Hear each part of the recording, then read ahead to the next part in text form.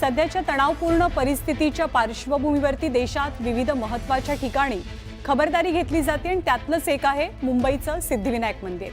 मुंबईच्या सिद्धिविनायक मंदिरामध्ये आता हार, फुलं आणि नारळ या वस्तूंवरती बंदी घातली जाते।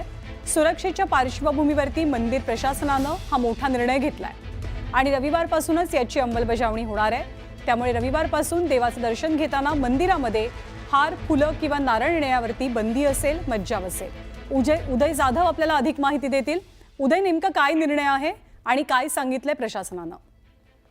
मुंबईला सिद्धिविनायक प्रसिद्ध, जगप्रसिद्ध आहे आणि त्याचमुळे अतिरेक्यांच्या नेहमीच हिट लिस्टवरती सिद्धिविनायक मंदिर असतं। त्यामुळे सिद्धिविनायक मंदिरामध्ये सुरक्षेच्या कारणास्तव आता नारळ जे आहे आणि हार असं आणण्यासाठी बंदी आणण्यात येणार असल्याची माहिती मिळते।